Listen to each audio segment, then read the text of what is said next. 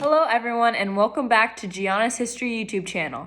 I'm Gianna and today's essential question is, how have efforts by individuals challenged traditions and influenced change across various levels of society and history moving forward?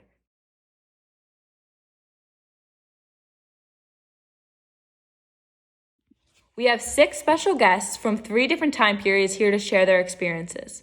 Our first 2 guests are from the French Revolution. Before we dive into the interviews, I'll give you a quick recap of the time period. The French Revolution was a revolution held from 1789 to 1799. French citizens overthrew the monarchy after the needs of the working class were ignored by the government. Jean-Paul Marat was a revolutionist who lived in France at the time. Unfortunately, he suffered from a mysterious and painful skin condition. Because of the pain, he spent a lot of time in the bathtub. We did have to adapt the studio a little to do this interview, but I think it turned out all right. Thank you for coming on your show, John Paul. It's a pleasure to have you here to explain your impact on the French Revolution and the world. Likewise. Thank you for having me. First question, how did you manage to have such a big impact on the revolution from the comfort of your bathtub? Well, I wrote letters letting the world know how I felt about current leaders. What were some of the things you wrote about? I wrote about how much I despised the king at the time, King Louis XIV. I thought he deserved to die, and I wrote about that. That sounds a little harsh. Why do you think he deserved to die? Most of the population was impoverished and struggling to get by, but he would still insisted on taxing us for everything.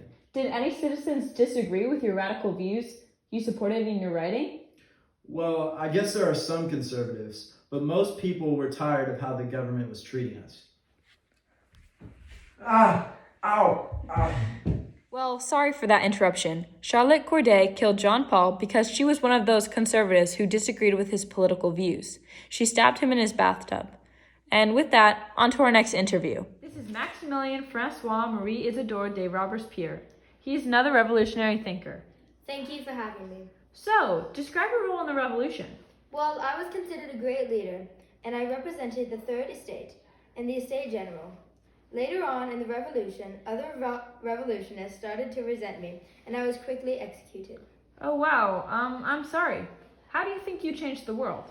Well, I was very firm in my beliefs, and even though I was executed, I still helped lead the revolution. Oh, okay. Thanks. A big thank you to both of our leaders from the French Revolution. Now we will move on to interviewing thinkers from the Enlightenment. To sum it up quickly, the Enlightenment was a movement all across Europe, starting in 1715 and ending in 1789, where different philosophers began to develop new ideas about the truths of the world, rather than just believing the Catholic Church. The interviewee from the Enlightenment is John Locke. Good afternoon, John. Hello, thank you for having me. Tell us about some of your beliefs. Well, I did come up with 3 natural rights: life, liberty, and property. And I was one of the first people to practice religious tolerance in Europe. Impressive. How have you impacted the world? My writings did inspire major movements such as the American Revolution. Well, thank you for being here. We have Voltaire. Hello. Hello. Can you tell us a little bit about yourself? Well, I work to combat tyranny and cruelty in general. I criticized the Roman Catholic Church and preached the importance of freedom of speech in my writings. Wow, why do you think you had such an impact on history? I was so important because I educated common people about political affairs through my writings. I shared many unique ideas with the world and used comedy to appeal the readers. Oh, okay. Thank you for coming. No problem. We are now going to move on to leaders from ancient China. For a reference, many different rulers came in and out of power in China at that time. The Golden Age was an especially prosperous time during the Tang Dynasty, which held power from 618 to 907.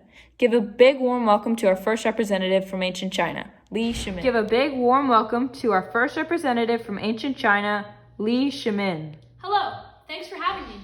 Sure, tell us a little bit about yourself. I was a very violent ruler. Interesting. How did you gain power? I killed my brothers and forced my dad out of the throne.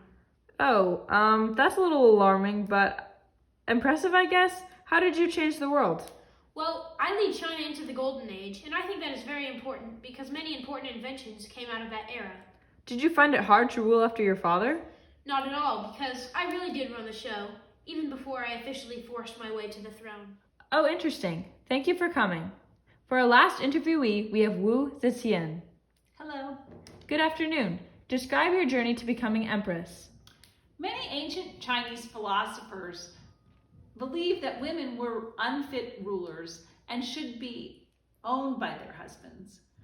Women were definitely seen as less important than men in ancient Chinese society. When Emperor Gaozong and I met, he wanted me to be his concubine. I stayed with him for many years and we had a family together. When Gaozong became crippled, I started to take over his job as monarch.